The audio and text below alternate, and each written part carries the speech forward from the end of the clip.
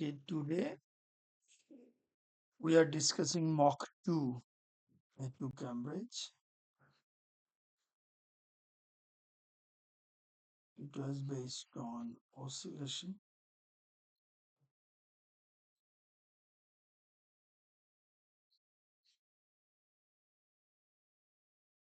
capacitor,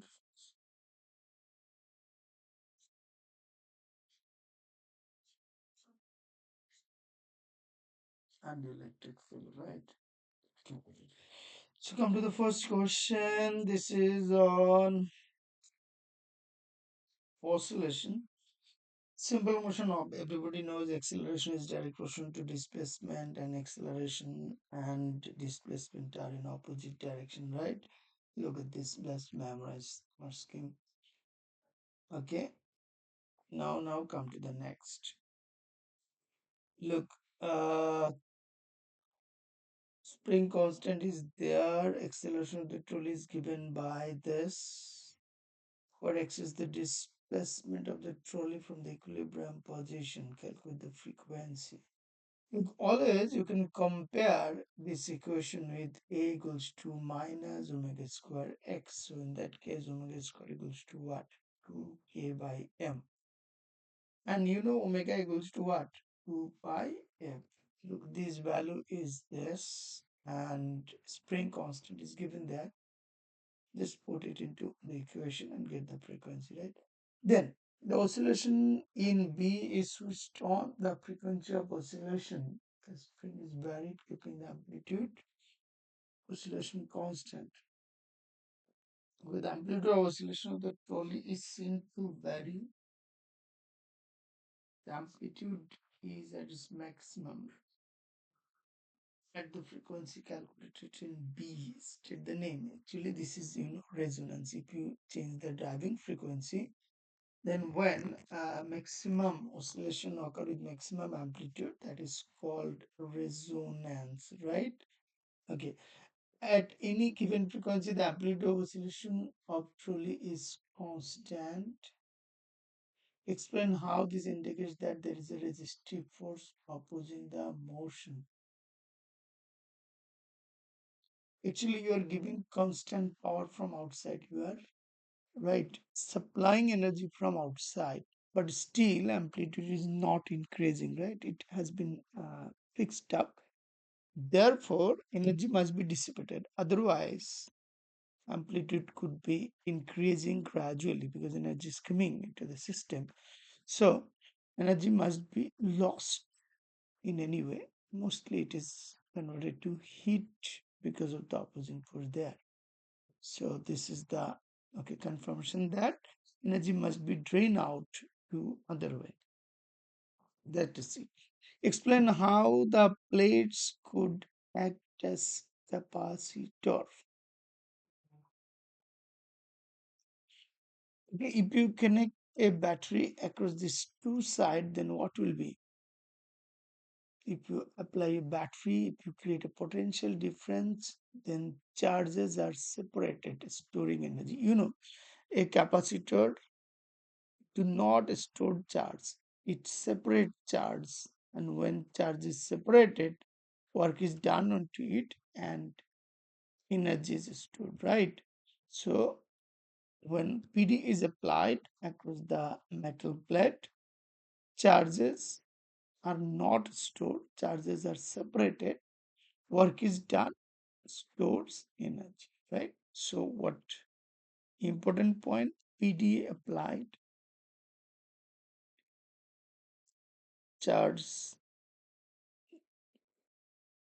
are separated, energy stored. That's it. Then look, when this switch is connected to A, this is a charging circuit. When you see a battery connected to the capacitor, that's a charging pathway. And after that, if you connect it to this, there will be quick discharge. Look, no resistance either in charging way or discharging way. So charging and discharging both will be happening instantly. Got it? Okay. Show that the average current in the emitter is given by I equals to, okay, Q equals to what? CV. And current equals to what? Q by T. If I replace Q equals to CV divided by 1 by T, right? And if this T is the interval between the movement of switches, between the movement of switch between terminals, then this becomes CVF.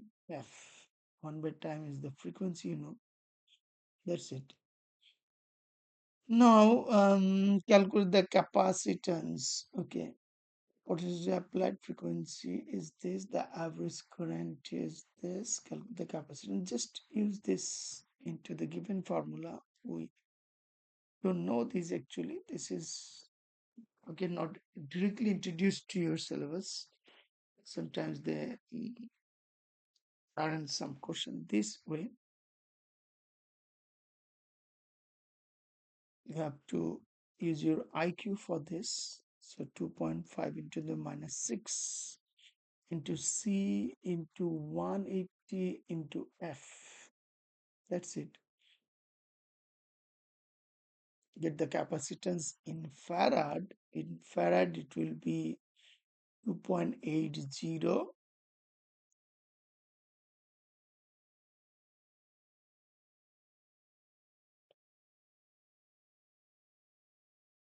into minus 7. 2.80 into minus 7 farad. If you divide it by 10 to the power minus 9, it becomes 280 picofarad. A second capacitor is connected in series. These two capacitors are connected in parallel. To explain the charge even in the change in the average current. Look, I equals to what? CVF. So if C is halved, sorry, double, when you connect a capacitor parallelly, the another total capacitance becomes double. So it will be double too, right? So greater V is directly proportional to C. So current increases, total capacitance increases. You can, oh, it is not identical, right? Second capacitor is connected into parallel, so you cannot double it. I thought identical. No, just say that C is more now in parallel connection. So current is more. Refer the equation. That's it. Done, done, done. Then go to the next. Again, this is a case of oscillation. Okay, when it is at the middle, there is no potential energy. If you pull it down and release, it will be oscillating. When at this point displacement is 0. What is the amplitude in this case? Check it. Okay, then 1.5 is the amplitude. So when it is at the top, x is, if it is plus 1.5 centimeter, when it is at the bottom, it will be minus 1.5 centimeter, right? Okay, it is in centimeter, but you have to convert it into. Now, state the energy what that is represented by each of the line P, Q, R. Look, when any body passes through the equilibrium position during oscillation, its kinetic energy is highest. So at zero, look at this. Kinetic energy highest for graph R. So this is the graph for kinetic energy and opposite is the graph for potential energy, and total energy must be same. So this is the total energy, right? You know from my note. So it's a easy question, easily you can understood. Now determine the period of oscillation. Look, maximum kinetic energy E naught or EP max is half m v naught. V naught means maximum velocity square, or half m, v equals to what? X naught omega, maximum velocity. So x naught square omega square. So just put it into the equation. Look, what is the highest value of energy? It is 6.4, I think. 6.4 millijoule. So put it into the equation. 6.4 into 10 to the power minus 3, half into 0.13 is the mass. 13 square into omega square. Omega is 2 pi f whole square. Okay. Or 2 pi by t whole square. Or get the omega square first. Don't make it complicated. Then use omega equals to 2 pi by t, right? You can solve it. State causes damping. When damping was is there, always mention two things: opposing force and energy dissipation, and amplitude decrease, right? All these three. You don't know which one will be counted as a point, right? Force is opposite to the motion. When mark allocated mark is 3, then mention all of them. Better you mention all this point. What? Opposing force, energy dissipation. Amplitude decreases if it is pre-oscillation, not forced. Okay. Now light code is attached. This is the damping. During its complete oscillation, the total energy of the system decreases by zero point 0.8. Okay. Of the total energy stored. Determine the decrease in total energy in millijoule by the end of the first complete oscillation. Okay, at the start the energy was 6.4 into 10 6.4 millijoule decreases by 8%. That means minus 8 by 100 into 6.4. Then check how much is 8.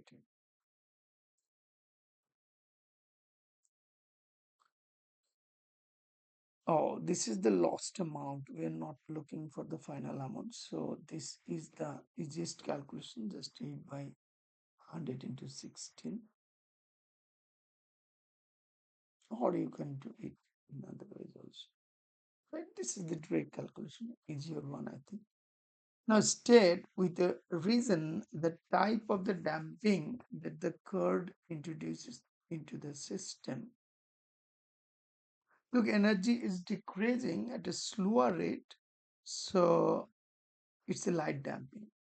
It's a light damping. Energy is reduced at a smaller rate. Done? We're done. Then again, what is meant by resonance? Okay, if a system is forcefully oscillated by another system, then driver frequency is equals to what? The driven system. Heavy pendulum is the driver here. It is forcing the light pendulum. So when you make you heavy one oscillate by yourself, then energy will be transferred to the string to the light pendulum. If they have same frequency, energy will be transferred from heavier one to the lighter one, right? Amplitude of lighter one increases. This is called transfer of energy. Okay. Heavier one is heavy actually.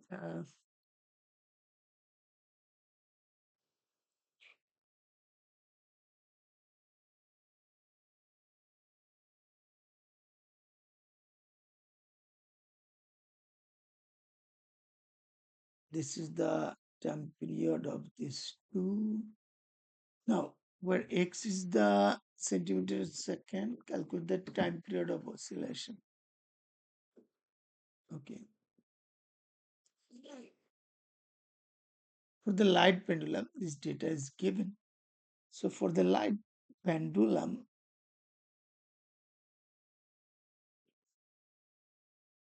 look, always this equation will be sine omega t or cos omega t. So instead of omega, we see 5.0 pi, right? So 2 pi by t is 5.0 pi, pi cancels out. Then might be 0.4 second. Is it right? 0.4 second. Good. Okay, then determine the magnitude of the phase difference phi between the oscillation. Look, this is a case similar to AS. So easily you can check it. Either check crest to crest or any similar point, right?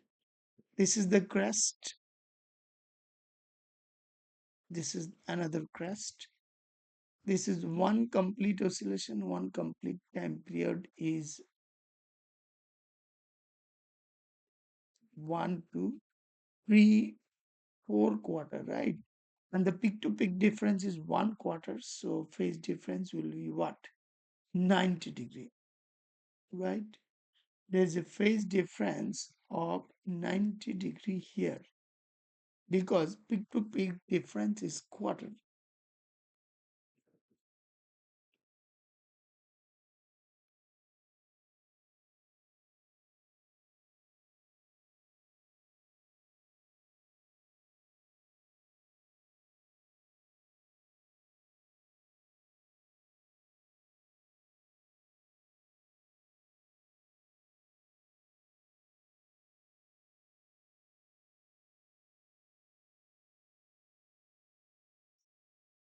Ninety-degree means what? 90 degree means if you express it in pi, it is pi by 2.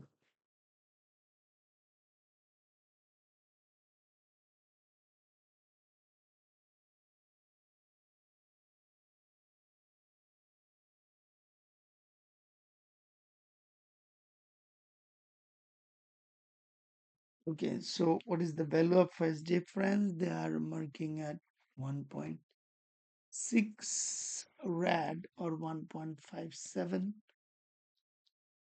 rad. That's it.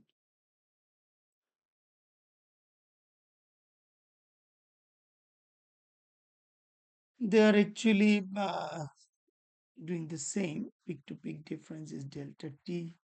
They counted it, then compare with the time period. Actually, same thing. Ted Coulomb's law, just express it in word. Look at this. Force is directly to the product of inverse proportion to the, okay, better you mentioned point charts. Now, electron positron pair, they are orbiting. Explain how the electricity force between electrons and positron causes the path of moving the particle in a circular orbit. Look, they are attracting each other because of the opposite charges. Now, if they have speed, this force is used up as a centripetal force and it keeps oscillating, right? So, force is attractive, force inverse proportion to the square. Okay, no.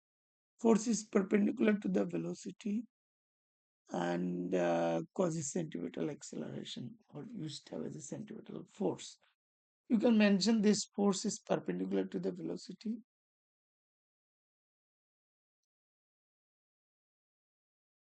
Therefore, it becomes the centripetal or it creates centripetal acceleration. So that the magnitude of the electrostatic force easily you can do this F equals to K Q1 Q2 by R square, right? Okay.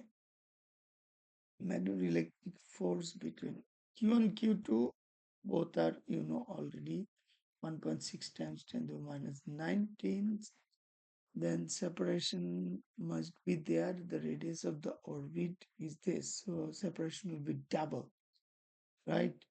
This r will be double of the given value. That's it. Now come to the question. Okay, look, this is a charging system and this is a discharging pathway, right?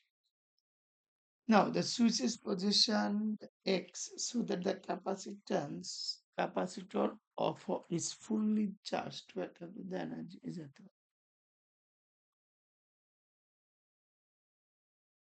Energy is what? Half VQ or half CV square or half Q square by C. Right now, check which one is applicable here. Q square,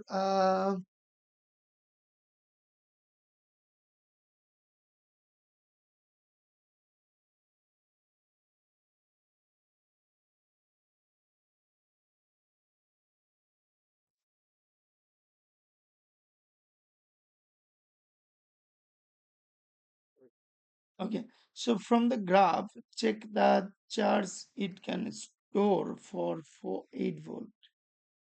Then use PQ or get the capacitance. Use this. You know Q, you know V. So you can convert it into half Q, VQ,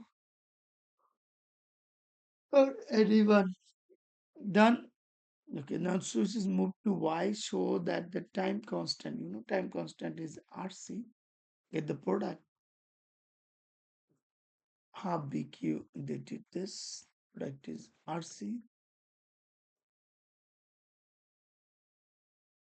Now, the fully charged capacitor is E, determine the time taken by the stored decrease to this. Actually, we know all formulas with the voltage, right?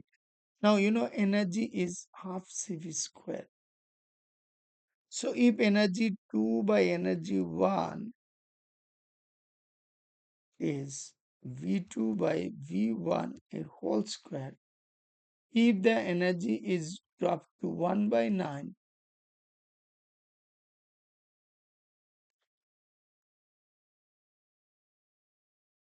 then V2 by V1 will be 1/3. V2 by V1 will be 1/3.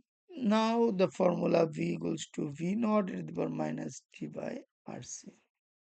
So make it 1/3 of V naught e to the power minus T by RC. Just solve it. A second article connected to the parallel. Okay, when you connect a parallel, a capacitor parallel with the first one, total capacitance becomes more. If it is identical, total capacitance becomes double. If it is C previously, when you connect them parallel, it becomes 2C. It didn't explain the change, if any, to the time constant. Time constant is RC. If C is double, time constant will be double, right? Okay. This might be the last one. It's a metal sphere. Inside the metal sphere, there is no voltage. Voltage is totally zero. Sorry, voltage is totally constant. If the surface voltage, I don't know, if it is 50 volt at every point, voltage is 50. But the field strength is zero because field strength is the gradient of the line. So inside the sphere, potential is zero. But when you look at from outside, it's a simple charge. So from outside, it obeys inverse square law. Calculate what is the electric field strength.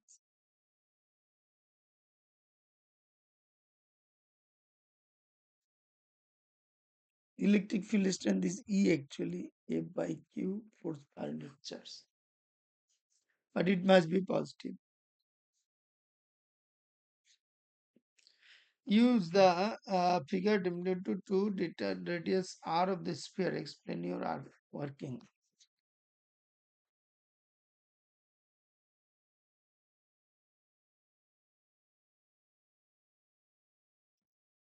You consider the field strength at the sphere at the surface. You know the radius of the surface is 4.5. Then is the formula E equals to KQ by R square.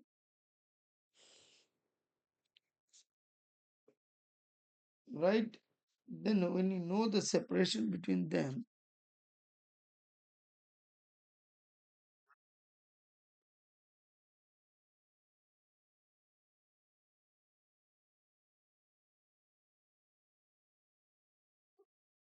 okay, then get R and determine the charge of Q in the sphere. If alphabetical are situated at the distance from the center of the sphere, the acceleration, very simple, just get the force, then A equals to F by L.